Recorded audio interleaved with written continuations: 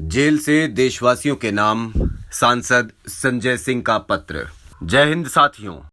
Jail की सलाखों के पीछे कई दिन बीत चुके हैं।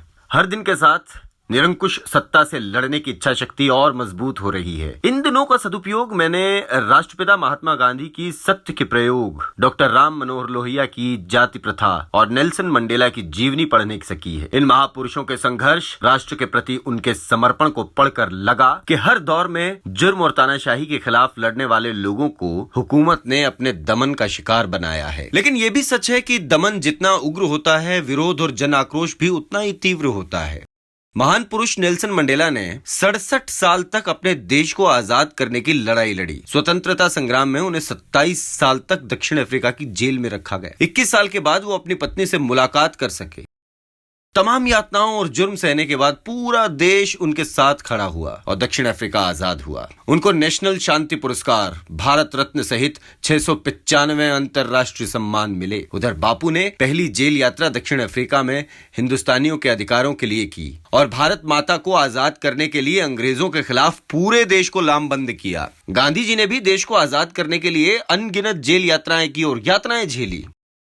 पूरी दुनिया गांधी जी के अहिंसा के मंत्र का लोहा मानती है। बाबा साहेब डॉक्टर भीमराव अंबेडकर और डॉक्टर राम मनोहर लोहिया जैसे महापुरुषों ने भी जातिवाद का जहर मिटाने, गैर बराबरी को खत्म करने के लिए लंबा संघर्ष किया। उपरोक्त उदाहरण देने का मकसद साफ है। देश में बड़ा परिवर्तन लाना है, देश में चल रही तानाशाही के खिलाफ आवाज उठानी है तो हर प्रकार का जोखिम उठाने के लिए तैयार रहना होगा। जेल, मुकदमा और लाठी तानाशाही सत्ता का हथियार है। इसके आगे झुक गए तो तानाशाही बढ़ेगी और अगर डटकर मुकाबला किया तो जनता आपके साथ खड़ी होगी और तानाशाही का अंत करेगी। बात करते हैं आम आदमी पार्टी की। आंदोलन की कोख से जन्मी इस पार्टी ने भारतीय राजनीति में एक उम्मीद पैदा की, एक भरोसा पैदा किया, देश को नई दिशा देने का एक अनोखा प्रयास किया। अरविंद केजरीवाल जी की अगुवाई और उनके कुशल नेतृत्व में सिर्फ 10 साल में आम आदमी पार्टी राष्ट्रीय पार्टी बन गई। 3 बार दिल्ली में आपकी सरकार बनी, पंजाब में प्रचंड बहुमत से सरकार बनी, गुजरात के गढ़ को भेदने में भी केजरीवाल जी को सफलता मिली। आजादी के बाद देश भर में तमाम सरकारें बनी, लेकिन शिक्षा और स्वास्थ्य के क्षेत्र में जैसा सराहनीय कार्य केजरीवाल सरकार ने किया वो देश और दुनिया में एक उदाहरण बन गया। पंजाब की भगवंत मान सरकार भी एक एक कर अपने हर वादे को पूरा करने में जुटी है। अरविंद केजरीवाल का काम मोदी सरकार की आंखों की किरकिरी बन गया। बीजेपी को लगा अगर देश की जनता शिक्षा, स्वास्थ्य, बिजली, पानी पर वोट देने लगी तो हमारा क्या होगा। आम आदमी पार्टी ना तो जातिवाद फैलाती है, न ही धर्म के नाम पर समाज को बांटने का काम करती है। ये तो काम की राजनीति कर रही है। इनका मुकाबला कैसे करें? मोदी और बीजेपी के लिए ये बड़ी कठिनाई बन गई। इसी कारण इन्होंने दमन का रास्ता अपनाया। जिस पार्टी को चुनाव में नहीं हरा सकते उनको डराओ, धमकाओ, झूठ फैलाकर बदनाम करो, लोकतंत्र और संविधान का गला घोंटकर सारे अधिकार छीन लो। और इस काम में मोदी सरकार पूरी शिद्दत के साथ जुट गई है। मुख्यमंत्री केजरीवाल के दफ्तर पर सीबीआई का छापा मारा गया। शिक्षा मंत्री, स्वास्थ्य मंत्री समेत 49 से अधिक विधायकों पर फर्जी मुकदमे लिखे गए। शुंगलू कमेटी बनाकर 400 फाइलों की जांच कराई गई। स्कूल के कमरे निर्माण करने के नाम पर घोटाले का झूठा आरोप लगाया गया। 1.5 साल से तथाकथित शराब घोटाले की जांच ईडी, सीबीआई से कराई जा रही है। और इतना ही नहीं, नफरत की हद तो यह है कि सुप्रीम कोर्ट के 5 जजों की खंडपीठ ने दिल्ली की चुनी हुई सरकार को ट्रांसफर पोस्टिंग का अधिकार दिया तो 8 दिन में अध्यादेश लाकर उस फैसले को बदल दिया। मोदी सरकार ने हर वो प्रयास कर लिया जिसमें आम आदमी पार्टी खत्म हो जाए, उसके नेता टूट जाएं, विधायक, मंत्री उनसे डरने लगे और दूसरे राज्यों की तरह दिल्ली, पंजाब में भी तोड़ फोड़ हो जाए। लेकिन इस पार्टी ने मोदी के मंसूबों पर पानी फेर दिया। मोदी की तानाशाही के खिलाफ अरविंद केजरीवाल और पार्टी के तमाम नेता चट्टान की तरह खड़े हैं। पहले भी आम आदमी पार्टी और उनके नेताओं पर लगे सारे आरोप झूठे साबित हुए हैं। आगे भी मनगढ़ंत लगाए गए आरोप झूठे ही साबित होंगे। मोदी जी ने सारी जांच करा ली, छापेमारी करा ली, सत्ता और जांच एजेंसियों का जमकर दुरुपयोग कर लिया। उनको कुछ हासिल नहीं हुआ। लेकिन एक बात जो पूरा देश देख रहा है कि मोदी जी देश के लिए काम करने की बजाय दुश्मनी निभाने में जुट गए हैं। एक तरफ विपक्ष से दुश्मनी और दूसरी तरफ अपने दोस्तों से मिलकर देश के संसाधनों को लूटने की खुली छूट। यही मोदी सरकार का फॉर्मूला है। बड़े से बड़ा भ्रष्टाचारी मोदी की शरण में जाते ही राजा हरिश्चंद्र हो जाता है। पूरब से लेकर पश्चिम तक, उत्तर से दक्षिण तक देश के सारे बड़े बड़े भ्रष्टाचारी भाजपा के साथ हैं। मोदी सरकार की कार्यप्रणाली बिल्कुल साफ है। ईडी सीबीआई से जांच कराओ, डराओ धमकाओ, दूसरे पार्टियों को तोड़ो। जब बेईमान बीजेपी में शामिल हो जाएं तो जांच बंद कर दो। असम के वाटर घोटाले में क्या हुआ, बंगाल के नारदा शारदा स्कैम में क्या हुआ, मध्य प्रदेश के व्यापम घोटाले में क्या हुआ, कर्नाटक के माइनिंग घोटाले में क्या हुआ, महाराष्ट्र के सिंचाई घोटाले में क्या हुआ। जिन नेताओं पर आरोप प्रधानमंत्री जी स्वयं हजारों लाखों करोड़ों के भ्रष्टाचार का आरोप लगाते थे, उन्हीं को फूल माला पहनाकर बीजेपी में शामिल कर लिया। प्रधानमंत्री मोदी और बीजेपी के इस भ्रष्टाचार से आज पूरा देश वाकिफ है। भ्रष्टाचार के खिलाफ भाजपा बोलती है तो लगता है कि डाकू गब्बर सिंह अहिंसा का उपदेश दे रहा है। भ्रष्टाचारियों के खिलाफ मोदी बोलते हैं तो लोग समझ जाते हैं कि मोदी उस भ्रष्टाचारी को बीजेपी में शामिल होने का ऑफर दे रहे हैं। मेरी गिरफ्तारी भी मुझे खामोश करने के लिए एक घटिया कोशिश है। पूरा देश जानता है मैं हमेशा मोदी सरकार के अन्याय और भ्रष्टाचार के खिलाफ मजबूती से आवाज उठाता रहा हूँ। न डरा न झुका, तानाशाह राजा और उसके दोस्तों के खिलाफ लड़ता रहा। किसानों के खिलाफ बनाए काले कानून पर संसद में आवाज उठाई तो मुझे सस्पेंड कर दिया। गुजरात में जहरीली शराब से हुई मौत का मुद्दा उठाया तो मुझे सस्पेंड कर दिया गया। मणिपुर में कारगिल योद्धा की पत्नी के साथ हुई दरिंदगी का मुद्दा उठाया तो मुझे कई महीनों से सस्पेंड किया हुआ है। क्या मणिपुर की हिंसा पर आवाज उठाना जुर्म है? कर्मचारियों की पुरानी पेंशन की बहाली हो, किसानों को एमएसपी दोगुनी मिले, अग्निवीर के नाम पर नौजवानों से धोखेबाजी बंद हो, सरकारी विभाग को औने पौने दाम पर बेचना बंद हो, देश की संपत्ति की लूट पर रोक लगाई जाए। क्या इन तमाम सवालों पर आवाज उठाना गलत है? क्या ये मेरा गुनाह है? क्या मोदी जी के दोस्त अडानी को देश लूटने, बैंक लूटने, सारे संसाधन लूटने की खुली छूट होनी चाहिए? देश के बैंकों में आम आदमी की मेहनत की पूंजी जमा है। मोदी सरकार ने बैंकों में जमा देश के करोड़ों लोगों का पैसा उठाकर अपने पूंजीपति दोस्तों को दे दिया। वो लोग या तो बैंक में जमा आपका पैसा लूट कर भाग गए या फिर मोदी जी ने उनके लाखों करोड़ों का कर्ज माफ कर दिया।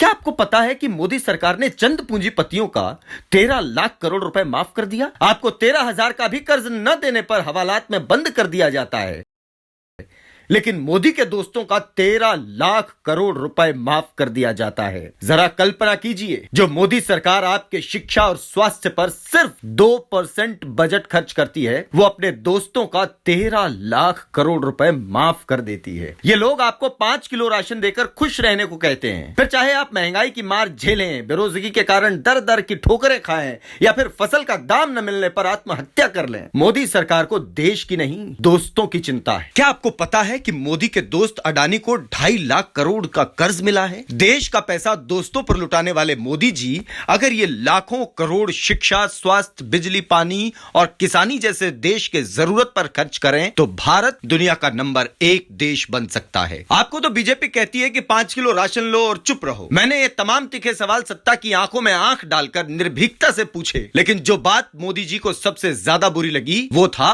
अडानी पर सवाल उठाना। आपको याद होगा मैंने अडानी पर भ्रष्टाचार के खुलासों की एक सीरीज चलाई कि अडानी मोदी सरकार के साथ मिलकर देश के संसाधनों और जनता को कैसे लूट रहा है। इसके तमाम सच और प्रमाण मैंने सामने रखे थे। आकाश में चले जाओ तो जहाज अडानी का, जमीन पर आ जाओ तो एयरपोर्ट अडानी, समुद्र में चले जाओ तो सी पोर्ट अडानी का, और पाताल में चले जाओ तो कोयला अडानी का, गैस अडानी की, बिजली अडानी की, स्टील अडानी का, सीमेंट अडानी का, सड़क अडानी की, रेल अडानी की, तेल अडानी का और मीडिया भी अडानी का, और 8 करोड़ लोगों को 5 किलो राशन। क्या आपके मन में एक सवाल नहीं आता कि दरअसल आपके जीवन में दुखों का कारण मोदी सरकार द्वारा दोस्तों को दी जा रही लूट की खुली छूट है? वैसे अडानी ने तमाम घोटाले किए हैं, लेकिन कुछ उदाहरण आपको देना चाहता हूं। मॉरिशस में एक पते पर 6 कंपनियां बनाकर 42,000 करोड़ रुपए भारत में अडानी की कंपनी में काला धन लगाया गया। 13,000 करोड़ का कोयला घोटाला, गुजरात में कागजों में कोयले का दाम महंगा दिखाकर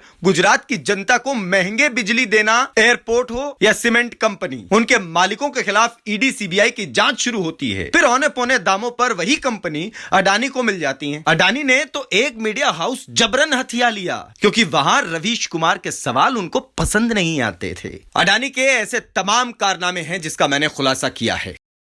आज भी यूट्यूब पर आपको देखने को मिल जाएगा।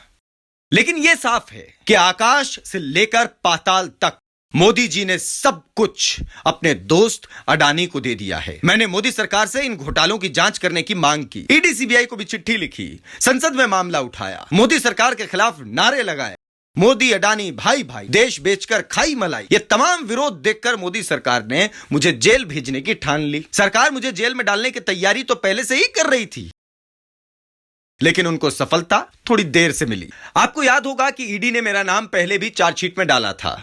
उनकी कोशिश उस वक्त भी झूठा फंसाने की थी, लेकिन जब मैंने ईडी को लीगल नोटिस भेजा तो ईडी ने मुझसे माफी मांगी।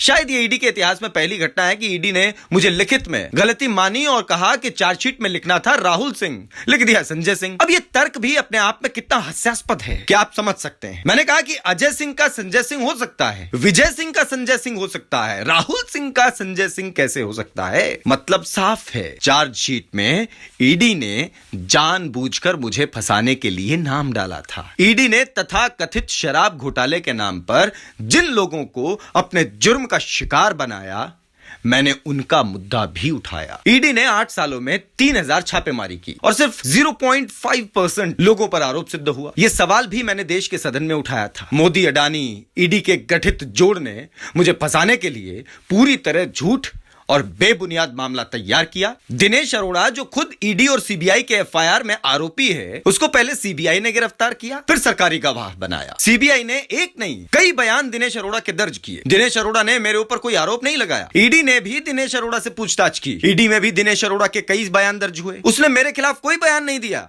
इससे भी ईडी को संतोष नहीं हुआ तो पहले ईडी ने चार्जशीट में फर्जी तरीके से मेरा नाम डाला, जब फंस गए तो गलती मान ली, लेकिन मुझे फंसाने की साजिश मोदी सरकार ने जारी रखी। अचानक एक दिन सीबीआई के सरकारी गवाह दिनेश अरोड़ा को ईडी के द्वारा गिरफ्तार किया जाता है, उसको जेल में रखा जाता है और जो ईडी प्रताड़ित करके बयान लेने, 3rd डिग्री टॉर्चर देने में विख्यात है, वो दिनेश अरोड़ा से मेरे खिलाफ झूठा, बेबुनियाद, निराधार आरोपों का बयान लेती है। उसके बाद दिनेश अरोड़ा को आसानी से जमानत मिल जाती है। जो दिनेश अरोड़ा 13 बार ईडी सीबीआई में लगभग 1 साल तक बार बार बयान देता है और मेरे ऊपर कोई आरोप नहीं लगाता, वही दिनेश अरोड़ा अचानक ईडी के सामने बेबुनियाद आरोप कैसे लगाता है? उसको जेल में क्यों डाला गया और अचानक जमानत कैसे मिल गई? उसकी जमानत का विरोध ईडी ने क्यों नहीं किया? ये बात हर कोई आसानी से समझ सकता है। ईडी अचानक 4 अक्टूबर को मेरे घर आती है, 14 घंटे तक छापेमारी करती है, घर का कोना कोना छान मारती है। उनको ना तो कोई साक्ष्य मिलता है, ना संपत्ति का कागज, ना कोई सोना। उनको मेरे घर पर मेरे बूढ़े माँ बाप मिलते हैं। पिताजी टीचर थे, उनको पेंशन मिलती है। माँ टीचर थी, उनको भी पेंशन मिलती है। उनकी बैंक डिटेल्स भी ईडी नोट करती है और मुझे ईडी के अधिकारी कहते हैं कि पंचनामा तैयार करके हम चले जाएंगे। अचानक ऊपर से कोई फोन आता है और मुझसे कहा जाता है कि आपको गिरफ्तार किया जाता है। मैंने कहा अभी तो आप जा रहे थे, ये ऊपर से किसका फोन आया? ईडी अधिकारी कुछ नहीं बोलते। हैरान करने वाली बात यह है कि इन 1.5 सालों में जांच में ईडी ने न तो मुझे कभी सम्मन दिया, न नोटिस दिया, न ही किसी प्रक्रिया का पालन किया। अचानक गिरफ्तार कर लिया गया। पूरी जांच में मैं अकेला व्यक्ति हूं जिसको बिना समन या नोटिस के गिरफ्तार कर लिया गया। अगर मैं इतना खतरनाक व्यक्ति हूं तो मुझे पहले कभी नोटिस या सम्मन क्यों नहीं दिया गया? अगर मैं इतना बड़ा अपराधी हूं तो मुझे पहले गिरफ्तार क्यों नहीं किया गया? मतलब साफ है, भारी दबाव था, राजा को खुश करना था, इसीलिए गिरफ्तार किया। ईडी ने 8 दिनों तक अपनी कस्टडी में रखा, सिर्फ 3 घंटे कुल 8 दिनों में पूछताछ की, बाहर झूठी खबरें फैलाई, सवाल भी ऐसे पूछे कि सुनकर हंसी आएगी। आपकी माँ ने आपको पैसे क्यों दिए? आपके पिता ने आपको पैसे क्यों दिए? आपकी पत्नी के खाते में 2022 में 10,000 रुपए क्यों डाले गए? अब ये तीनों सवाल मेरी ईमानदारी का सबूत हैं कि सांसद होते हुए भी मुझे अपने पेंशन धारक माँ और पिता से पैसे लेने पड़ते हैं। पिता से जो पैसे लिया था उसका जवाब सुनकर तो ईडी के अधिकारी भी शर्मा गए। दरअसल एक बच्चा है, उसको एसएमएस नाम की एक गंभीर बीमारी है। उसको दान स्वरूप 1 लाख रुपए देने के लिए मैंने पिताजी से पैसा लिया। मैं सच्चाई के रास्ते पर हूं। पूरा जीवन देश और समाज की सेवा का संकल्प लिया है। रक्तदान, श्रमदान से लेकर राष्ट्रीय आपदाओं तक में अपनी भूमिका निभाई।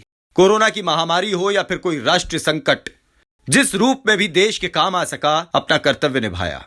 अरविंद केजरीवाल जी के साथ मिलकर एक बड़ी लड़ाई मोदी अडानी के भ्रष्टाचार के खिलाफ चल रही है। मोदी जी का कहना है कि जो सत्ता के खिलाफ आवाज उठाएगा वो जेल जाएगा, जो अडानी के भ्रष्टाचार को उजागर करेगा वो गिरफ्तार किया जाएगा। मोदी जी का काम चिल्ला चिल्ला कर बोल रहा है, वो देश के लिए नहीं दोस्तों के लिए काम कर रहे हैं। मोदी जी इंडिया के नहीं अडानी के प्रधानमंत्री हैं। तानाशाह सत्ता के खिलाफ हमारी जंग जारी रहेगी। मैं हर लड़ाई लड़ने को तैयार हूं। आप भी तानाशाही के खिलाफ अपनी आवाज बुलंद कीजिए। जय हिंद। संजय सिंह, तिहाड़ जेल से।